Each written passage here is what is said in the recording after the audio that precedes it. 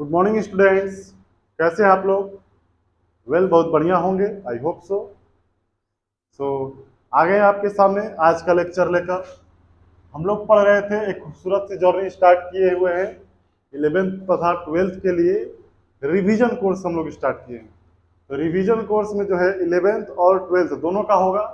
तो फिलहाल जो है बेसिक मैथ्स है, तो बेसिक मैथ्स में 11th और 12th दोनों को सेम चीज़ दिया जाएगा और इसमें कोई अंतर नहीं होना है। ये जो बेसिक मैथ है बच्चों, यह आपके दोनों साल के लिए एकदम पर्याप्त है।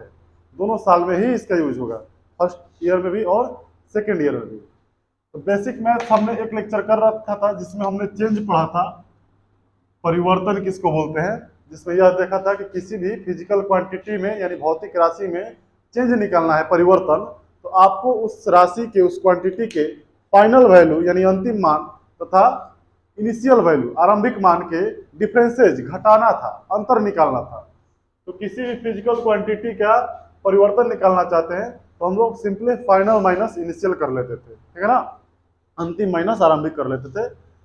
और चेंजेस को हम लोग कैसे प्रकट करेंगे, कैसे दर्शाएंगे, इस बात को भी हम लोग सीखे थे। तो किसी भी फिजिकल क्वांटिटी में चेंज को हम लोग दो तरीके से शो कर सकते हैं और वो दोनों तरीका जो है डिपेंड करता है कि क्वांटिटीज में चेंज कैसा हुआ है। यदि क्वांटिटी में चेंज बड़ा हुआ है, सिग्निफिकेंट है, वह चेंज महत्व रखता है, तो वैसे चेंज को जो है हम लोग डेल्टा से दिखाते हैं। किससे दिखाते हैं? डेल्टा से, जो कि हमने पिछले लेक्चर में पढ़ रखा था। इसका सिंबल होता है इस प्रकार से, त्रिभुज जैसा, ठीक है ना। क्या होता है पूरा डिटेलिंग हम लोग पिछले लेक्चर में कर चुके हैं। जो नहीं देखे हैं वो जाके पिछला लेक्चर देख ले, उनको मिल जाएगा। बेसिक मैथमेटिक्स लेक्चर 1 है, ठीक है ना। चैनल का नाम बता दें तो सुरेश फिजिक्स शाहपुर।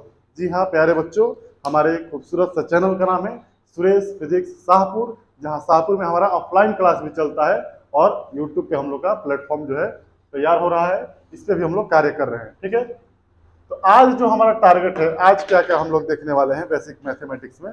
तो बेसिक मैथमेटिक्स में हम लोग आज जो है टाइम इंस्टेंट को देखने वाले हैं। डी को भी देखना है, बताए ना।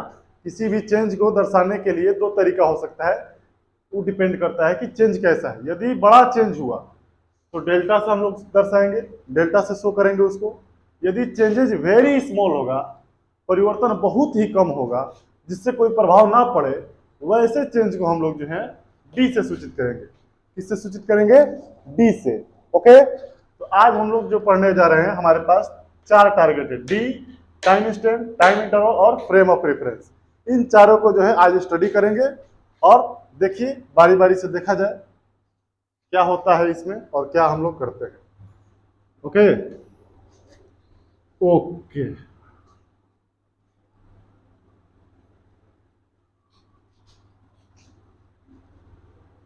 चलिए ये हमारा जो है बेसिक मैथमेटिक्स का लेक्चर नंबर 2 है। अच्छा है।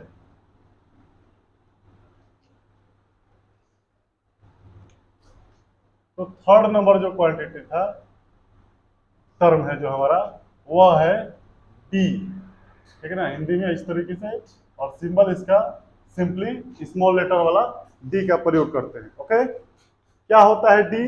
तो डी का भी प्रयोग किया जाता है वेरी स्मॉल चेंज को रिफ्लेक्ट करने के लिए, शो करने के लिए, रिप्रेजेंट करने के लिए। ओके, तो डेल्टा का प्रयोग हमने पिछले लेक्चर में किया था। डेल्टा का प्रयोग, डेल्टा का प्रयोग किया था किस लिए? तो फिजिकल चेंज को दर्शाने के लिए। तो डेल्टा का प्रयोग होता है चेंज को दर्शाने के लिए। डी का प्रयोग होता है वेरी स्मॉल चेंज को दर्शाने के लिए, बहुत ही निम्न परिवर्तन, बहुत ही कम परिवर्तन, अल्प परिवर्तन को दर्शाने के लिए किया जाता है। साथ ही डी का प्रयोग वेरी स्मॉल क्वांटिटी के लिए भी करते हैं। थोड़ा सा यहाँ पे ध्यान आपको देना होगा। क्या ध्यान देना होगा? कि डेल्टा का प्रयोग चेंज के लिए करते हैं, बिल्कुल। डी का प्रयोग वेरी स्मॉल चेंज के लिए करते हैं, और डी का प्रयोग चेंज नहीं भी हुआ है ना तो भी करते हैं, बट क्वांटिटी आपका वेरी स्मॉल होना चाहिए। आपका यदि क्वांटिटी वेरी स्मॉल है तो उसको भी हम लोग शो कर सकते हैं डी से, ठीक है ना। जैसे एज एग्जांपल हम ले लें,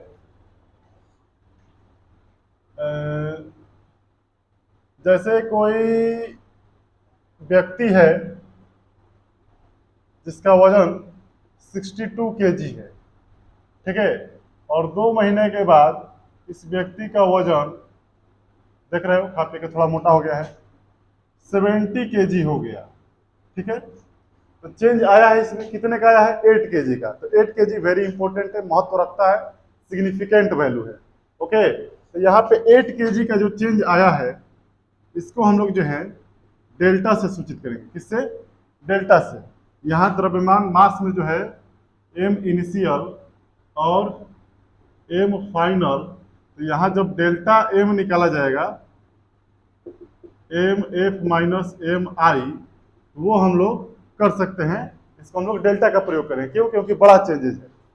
इसी केस में यदि बात किया जाए कि इनिशियली इस व्यक्ति का वजन जो है 62 केजी है और फाइनली इसका वजन बढ़ के 62.000000 लिखते जाओ जब तक भूख ना लग जाए, और लास्ट में लिख देना 1 केजी। बताओ कितना का चेंज आया है, वेरी स्मॉल चेंज, ना के बराबर। ऐसा आपको प्रतीत भी नहीं होगा। हम लोग जो आजकल डिजिटल मीटर आ गया है मेजरमेंट करने के लिए, जो वेइंग मशीन है उसमें डिजिटल दिखाता है, वो भी पॉइंट के बाद 3 ही दिखाता है, क्योंकि पॉइंट के बाद हमको 3 ही ग्राम है, 9 से 99 के बाद 1 होगा, बस 1 केजी हो जाएगा। तो यहाँ पे 62 के बाद 0000 बहुत सारा है, लेकिन है 62 से ज्यादा है, लेकिन पता नहीं चलेगा इतना कम है। तो ऐसे चेंजेस को जो है डी से प्रयोग किया जाता है। इसमें लिखते हैं डी एम। डी एम का मतलब हो गया वेरी स्मॉल चेंज इन मास, ठीक है ना, वेरी स्मॉल चेंज इन मास। मास में, द्रव्यमान में बहुत ही अल्प परिवर्तन, ठीक है। तो चेंज हुआ है तो डी से दिखाएंगे।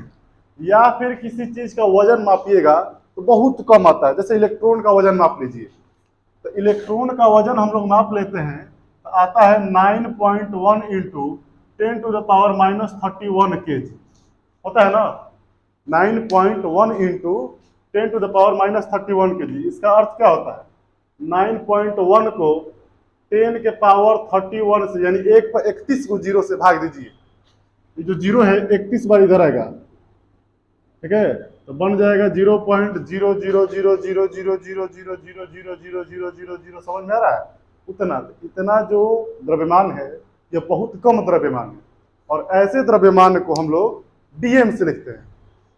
तो डी का प्रयोग वेरी स्मॉल चेंज के लिए भी होता है और वेरी स्मॉल क्वांटिटी के लिए भी होता है। चेंज नहीं हुआ है, क्वांटिटी वेरी स्मॉल है, तो भी हम लोग डी का प्रयोग करते हैं।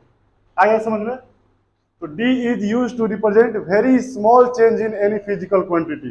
किसी भी भौतिक राशि में बहुत ही अल्प परिवर्तन हुआ हो तो ऐसे परिवर्तन को हम लोग डी से दिखाते हैं। किसे दिखाते हैं, डी से। ओके, तो जो हमने बोला उसको लिख लिया करेंगे, नोट्स खुद से बनाइए, वो बेहतर नोट्स होता है, ठीक है ना। तो यहाँ इसको हम रब करना चाहेंगे और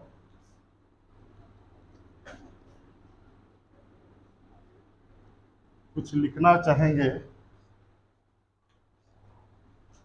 डी के बारे में। It is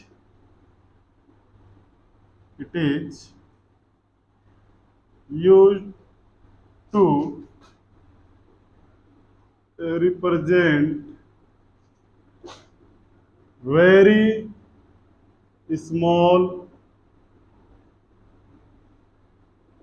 quantity. इसका प्रयोग जो है बहुत ही स्मॉल क्वांटिटी को दर्शाने के लिए किया जाता है, या फिर very small change in quantity, और use to represent very small change in physical quantity. एक बार देख ले, दिखाई दे रहा है कि नहीं, नीचे से दिख रहा है। फिजिकल क्वांटिटी, ठीक है ना। किसी फिजिकल क्वांटिटी का क्वांटिटी ही बहुत कम है तो डी का प्रयोग करेंगे, या फिर उसमें जो चेंजेज हो रहा है वो वेरी स्मॉल चेंज हो रहा है तो भी हम लोग डी का प्रयोग करते हैं, ठीक है ना। जैसे very small change in velocity, very small change in velocity होगा तो हम लोग क्या लिख लेंगे, D V. Very small change in velocity होगा तो हम लोग क्या लिख लेंगे, डी वी। या very small change in mass होगा तो डी एम, या वेरी स्मॉल मास होगा तो भी डी एम। आ गया बात समझ में। चेंज छोटा, बहुत छोटा होगा तो भी डी, चेंज नहीं भी हुआ है और क्वांटिटी ही छोटा है तो भी डी। डेल्टा का प्रयोग केवल चेंज के लिए, किसके लिए, केवल चेंज के लिए, सिग्निफिकेंट चेंज के लिए। डी का प्रयोग दोनों के लिए, चेंज हो रहा तो भी, नहीं हो रहा है तो भी, बस छोटा होना चाहिए। चलिए, आई होप आपको ये समझ में आया गया होगा, बहुत अच्छी तरीके से समझ में आया होगा। नहीं आए जो कुछ भी समझ में तो कमेंट्स में आप कमेंट कर सकते हैं, कमेंट सेक्शन में उसको जो है क्लियर कर दिया जाएगा, ठीक है। आगे बढ़ा जाए, ओके बढ़ा जाए। अगला जो है 4 नंबर पे हम लोग का वो है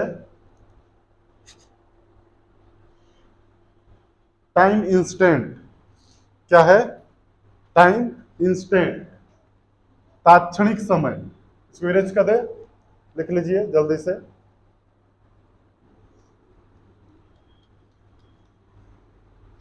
यहां से आपको ध्यान रखना है, जब जब चेंज होगा तो डेल्टा और डी का प्रयोग होगा। यदि चेंज बड़ा है तो डेल्टा का प्रयोग, चेंज छोटा है तो डी का प्रयोग। डी का प्रयोग बिना चेंज का भी किया जाता है यदि क्वांटिटी आपका वेरी स्मॉल हो तो। ओके, आगे होगा समझ में। चलिए नेक्स्ट जो है हम लोग को पढ़ना है 4 नंबर पे जो रखे हैं हम लोग, उसका नाम है टाइम इंस्टेंट। और 5 नंबर को भी अभी ही ले लिया जाए, ज्यादा बेटर समझ में आएगा। टाइम इंटरवल, ठीक है। टाइम इंस्टेंट और टाइम इंटरवल क्या होता है, हिंदी में बोले तो इसको हम लोग लिखते हैं तात्क्षणिक समय,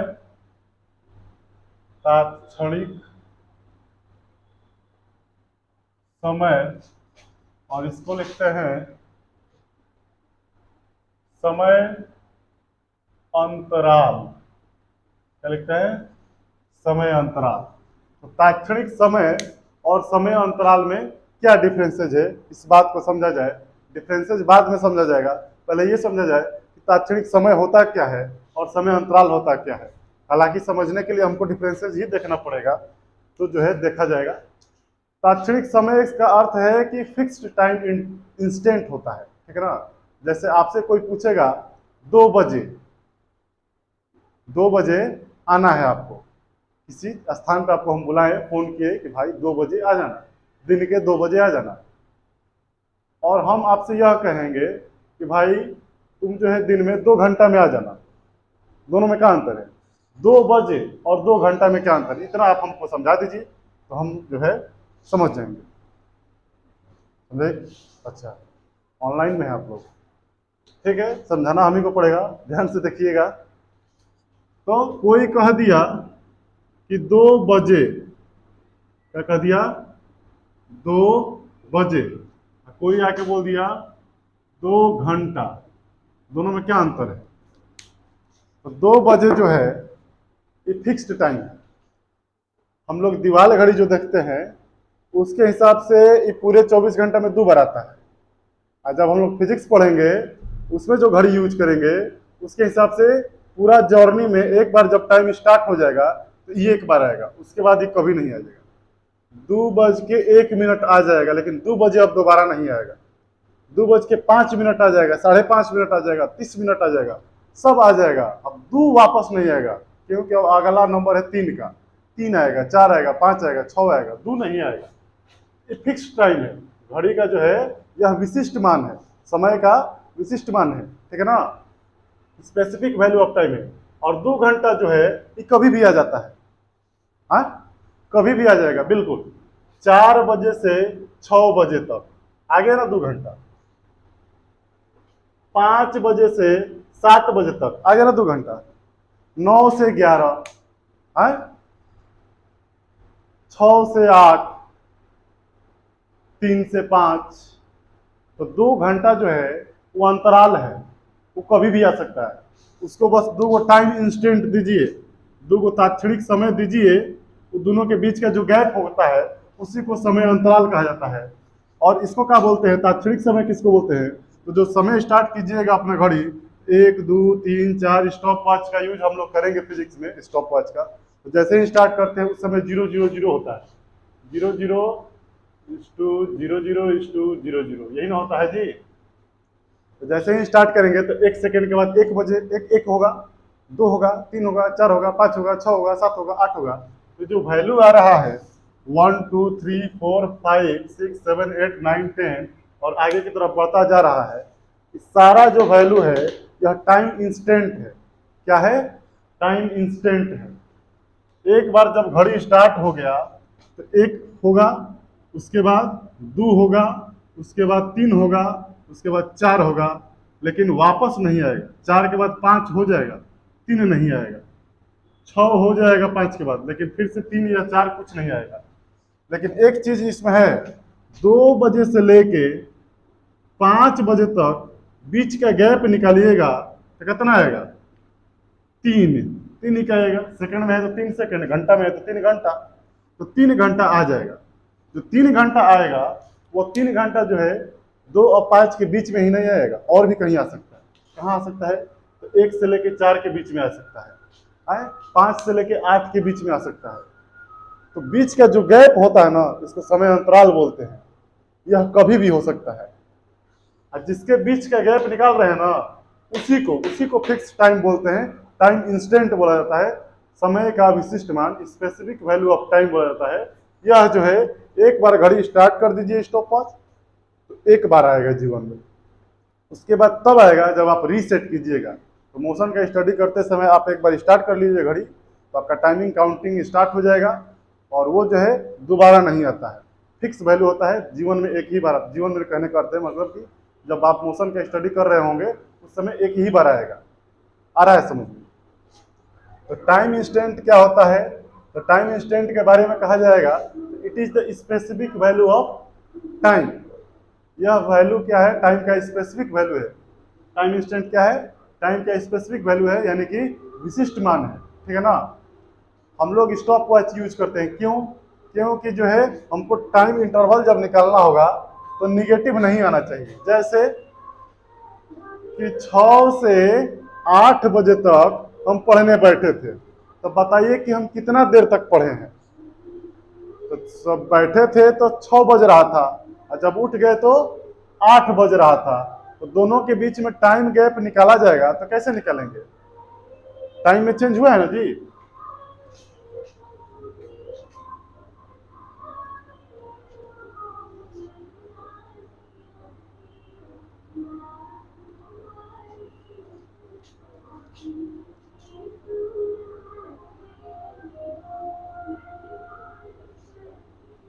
कौन है जी?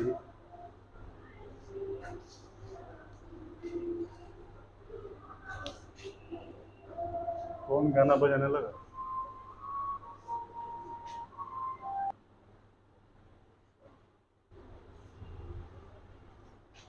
ठीक है, तो टाइम इंस्टेंट क्या होता है? तो लिखेंगे हम लोग फटाक से, it is the specific value of time. क्या है? यह समय का विशिष्ट विशिष्ट मान है, ठीक है ना। और टाइम इंटरवल क्या है? इट इज द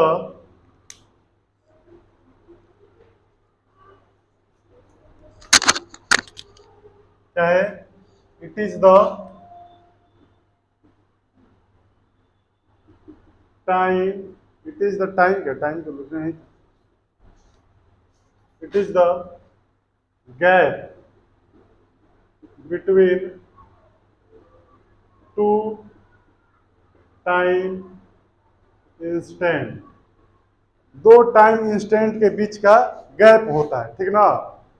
इसको जो है दर्शाने के लिए दो टाइम के बीच का गैप होगा तो डेल्टा टी का प्रयोग करेंगे। डेल्टा टी, यदि टाइम चेंज बड़ा होगा तो T F minus T I, और यदि टाइम गैप बहुत ही कम हो तो उसके लिए हम लोग जो है डी टी का प्रयोग करेंगे, ठीक है ना। Very small change in time period, ठीक है ना, very small change in time, ठीक है ना। समय में बहुत ही अल्प परिवर्तन, क्या होता है, समय में बहुत ही अल्प परिवर्तन। ओके ओके, चलिए इस बात को नोट कर लिया जाए, फिर आगे बढ़ते हैं हम लोग। हो गया होगा नोट। चलिए आगे जो है हम लोग को एक चीज और इसमें देख लिया जाए, जैसे कि स्टॉप वॉच जब आप स्टार्ट करने जाते हैं, सबसे पहली बात हम लोग जान लें कि स्टॉप वॉच का ही यूज क्यों करते हैं। हम लोग का जो घड़ी होता है उसको क्यों नहीं यूज करते हैं, दीवार घड़ी या रिस्ट वॉच, इसको क्यों नहीं यूज करते हैं। तो जैसा कि आपसे सवाल पूछा जाएगा कि 6 बजे सर हम पढ़ने बैठे और 9 बजे उठ गए, ठीक है ना, अपने घड़ी के हिसाब से 6 AM में पढ़ने बैठे और 9 AM में उठ गए, तो बताइए सर हम कितना देर पढ़े। सिंपल, आपको क्या करना है, आप जब पढ़ने बैठे थे तो इनिशियल टाइम टी आई आपका 6 AM था, और जब आप पढ़ के उठ गए यानी कि फाइनली आप कब उठे हैं तो 9 AM में, ठीक है ना। जब आपका जो है चेंज निकाला जाएगा, कितना देर बैठे हैं गैप निकालना है तो चेंज निकालेंगे, डेल्टा टी निकालेंगे ना जी, समय अंतराल निकाल लेना है, यानी कि डेल्टा टी निकालना होगा आपको। तो डेल्टा टी निकालने जाइएगा तो डेल्टा टी बराबर होता है T F minus T I, होता है बिल्कुल। यहाँ फाइनल टाइम आपका 9 बजे है तो 9 माइनस इनिशियल टाइम आपका 6 बजे है, 6 तो आ जाएगा 3 घंटा, आ जाएगा 3 घंटा। 6 बजे आप पढ़ने बैठे थे और 9 बजे उठ गए तो आपने टोटल पढ़ाई 3 घंटे की है। ओके ओके, 5 बजे घर से निकले आप सुबह में वॉकिंग के लिए और 8 बजे सुबह में घर वापस पहुंच गए, तो आप बाहर कितनी देर रहे। 5 बजे निकले हैं, 8 बजे आए हैं, फाइनली 8 इनिशियली 5, 8 माइनस 5, 3 घंटा सर होगा ना, 3 घंटा। ओके, 7 बजे घर से निकले हैं और 11 बजे आए हैं, सुबह ही 7 बजे निकले और 11 बजे आए तो 11 माइनस 7 4 घंटा, बिल्कुल सही जवाब।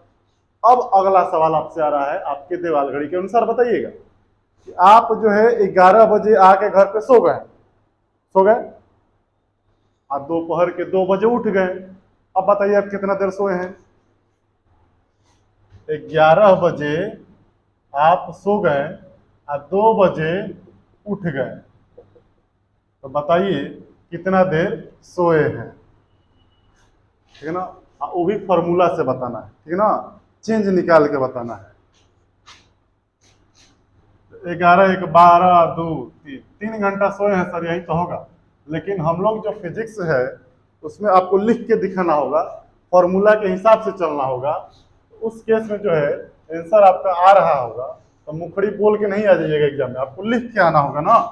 तो लिखने जब जाइएगा तो टाइम गैप निकालना है, इंटरवल यानी समय अंतराल जब आपको निकालना है तो आपको करना होगा फाइनल टाइम अंतिम समय माइनस आरंभिक समय इनिशियल टाइम। डेल्टा टी जब निकालने जाइएगा तो T F minus T I कीजिएगा बिल्कुल। तो टी एफ सर फाइनली जो है 2 बजे, 2 माइनस फार्मूला वाला माइनस, और इनिशियली 11 आ गया ना -9 घंटा। अब बताओ -9 घंटा कौन सोता है? 9 घंटा सोता तो समझ में आता, या तो सोएगा 1 घंटा 2 घंटा 3 घंटा, ना तो नहीं सोएगा 0 घंटा। -9 घंटा कौन सोता है? होता है ऐसा? सुने हो कि हम पढ़ने गए थे आज स्कूल और उधर से जो है मार्केट में हमको -2 घंटा लेट हो गया। होता है ऐसा? 2 घंटा लेट होता है, -2 घंटा थोड़े ना होता है। तो समय अंतराल जो है, टाइम इंटरवल, ऑलवेज पॉजिटिव होना चाहिए। क्या होना चाहिए? ऑलवेज पॉजिटिव, हमेशा धनात्मक होना चाहिए। यह कभी भी ऋणात्मक नहीं होता है। इस बात को जितना जल्दी आप समझ ले उतना बेहतर होगा। समय अंतराल जो है, टाइम इंटरवल, वह क्या होता है? पॉजिटिव होता है, ऋणात्मक नहीं होता है। ठीक है ना? निगेटिव नहीं होता है। तो सर इसको कैसे सुधार करेंगे? तो इसको सुधार करने के लिए आपके दीवार पे जो घड़ी लगी है उस पर आपको देखना नहीं है। उठा के फेंकने के लिए तो नहीं बोलेंगे, पैसा लगा है, उसको देखना नहीं है। आप जो है फिजिक्स में स्टडी करना चाहते हैं, मोशन का या केमिस्ट्री में रिएक्शन का, किसी भी चीज़ का आप स्टडी करना चाहते हैं समय को देखते हुए, तो आप यूज कीजिए स्टॉप वॉच। क्या यूज करेंगे? Stop watch. स्टॉप वॉच की क्या खास बात है? एक बार जब समय स्टार्ट होता है ना, तो फिर ये वापस नहीं मुड़ता है। ठीक है ना? यहाँ से क्या हुआ था, 12 के बाद 1 बज गया था, फिर 2 बज गया था, इसलिए जो है फाइनल वैल्यू कम आने लगा था। लेकिन इसमें एक बार स्टार्ट होगा, 1 2 3 4 5 6 7 8 9 10 12 15 20 25 30 40 कतनों बज जाता है। जब तक आप रुकिएगा नहीं बजते रहेगा। ठीक है ना? तो जब भी आएगा आगे की आप पढ़िएगा तो आपको फाइनली वैल्यू बड़ा मिलेगा। क्या मिलेगा? बड़ा। और उसके पहले वाला टाइम जो है वह छोटा मिलेगा। और जब फाइनल माइनस इनिशियल कीजिएगा, फाइनल माइनस इनिशियल, तो बड़ा माइनस छोटा कीजिएगा तो जो है हमेशा यह क्या आएगा? पॉजिटिव आएगा। ठीक है ना? इसलिए जो है हम लोग स्टॉप वॉच का यूज करते हैं। किसका यूज करते हैं? स्टॉप वॉच का। समझ में आया? आई होप आपको समझ में आ रहा होगा। और जहाँ भी दिक्कत हो, परेशानी हो तो कमेंट कर सकते हैं। ठीक है ना? व्हाट्सअप भी कर सकते हैं आप। नंबर है 9162767709। आप व्हाट्सअप भी इस पे कर सकते हैं कि सर हमको ये दिक्कत है, भैया ये प्रॉब्लम है हमको, आपने ये चीज़ बताया इस समय पर, हमको ये चीज़ समझ में नहीं आया, इसको जो है हमने बार बार देखा फिर भी क्लियर नहीं हुआ, थोड़ा इसको क्लियर कीजिए। तो हम लोग प्रयास करेंगे जितना जल्द हो सके उसको क्लियर किया जाएगा। ओके, चलिए एक इसमें इम्पोर्टेंट चीज़ और आपसे जानना है हमको, या आपको कह लीजिए बताना है हमको। इसको नोट कीजिए जो भी है। समझ में आया ना? टाइम इंटरवल कभी भी निगेटिव नहीं होता है, वो ऑलवेज क्या होगा? पॉजिटिव होगा। और ऐसा होने के लिए हम लोग क्या किए हैं? स्टॉप वॉच का यूज करते हैं। ठीक है? तो स्टॉप वॉच का यूज करते हैं, तो इसके बारे में थोड़ा सा मात्र थोड़ा सा और समय लेंगे, और इसमें जो है आपको बहुत इंपॉर्टेंट रहस्यमयी बातें बताएंगे जो कि मार्केट में आपको कहीं नहीं मिलेगी। ठीक है ना? मिल जाता है, आसानी से नहीं मिलेगा, यहाँ आपको आसानी से मिल जाएगा। ओके, क्या है वो बात कि जैसे ही सर स्टॉप वॉच हमने खरीद के लाया और हम आए हैं मोशन का अध्ययन करने। हम लोग इसमें क्या करेंगे? मैकेनिक्स में मोशन पढ़ेंगे, मोशन का स्टडी करेंगे, डिस्प्लेसमेंट, डिस्टेंस, वेलोसिटी, एक्सेलरेशन, त्वरण, विस्थापन, दूरी, स्थिति, यही सब ना देखेंगे जी। तो वो सब देखना है। तो घड़ी के लाए स्टॉप वॉच, स्टार्ट करने जाते हैं हम लोग जिस समय, उस समय उसमें 0 बज रहा होता है। टिपने के बाद 1 नहीं हो जाता है, 1 सेकेंड के बाद 1 होता है। यानी 0 से 1 सेकेंड होता है तो 1 होता है, फिर 1 सेकेंड होता है तो 2, फिर 1 सेकेंड हुआ तो 3, फिर 1 सेकेंड हुआ तो 4। इस तरीके से आपका टाइमिंग जो है आगे की तरफ बढ़ जाता है। तो शुरुआत में आपका जो है 0 बज रहा होता है। क्या बज रहा होता है? 0 बज रहा होता है। वो अभी एक टाइम इंस्टेंट है। क्या है? टाइम इंस्टेंट है। 0 क्या है? टाइम इंस्टेंट है। शुरुआत में बजता है, बाद में वो भी नहीं बजेगा। एक बार 0 चला गया तो चला गया, जब तक कि आप उसको रीसेट ना करें। ठीक है ना? तो t बराबर 0 का, t बराबर 0 सेकेंड का जीवन में बहुत ही महत्व है। यदि आप फिजिक्स पढ़ने जा रहे हैं या फिर केमिस्ट्री, कोई भी चीज़ आप पढ़ने जा रहे हैं, स्टडी के माहौल से जा रहे हैं, तो t बराबर 0 क्या होता है? तो यह वह समय है, यह वह समय है केमिस्ट्री वालों के लिए जब रिएक्शन वगैरह स्टार्ट होता है। अब फिजिक्स वाले आपको स्टडी क्या करना है? मोशन का स्टडी ना। तो यह वह समय है जब कोई प्रेक्षक यानी ऑब्जर्वर किसी गति का अध्ययन करने जाता है, किसी मोशन का स्टडी करने जाता है, उस समय जो टाइमिंग स्टार्ट होगा उसका t बराबर 0 से होगा। तो t बराबर 0 क्या है? यह समय का विशिष्ट मान है। It is the specific value of time eight which observer starts the study of motion. इस समय पर क्या करता है? ऑब्जर्वर स्टडी ऑफ मोशन जो है, मोशन का स्टडी स्टार्ट करता है, गति का अध्ययन आरंभ करता है। क्या करता है? आरंभ करता है। It is the time instant at which observer starts the study of motion। ठीक है ना? यह समय का वह विशिष्ट मान है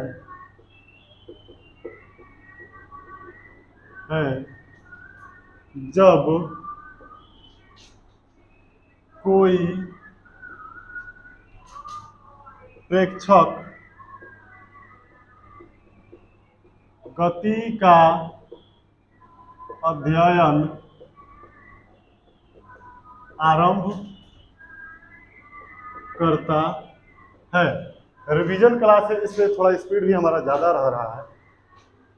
जिसको भी दिक्कत होगा वो भी बताएगा। तो t बराबर 0 क्या है? यह समय का वह विशिष्ट मान है जब कोई प्रेक्षक यानी ऑब्जर्वर किसी गति का अध्ययन आरंभ करता है। ठीक है ना? गति का अध्ययन आरंभ करता है।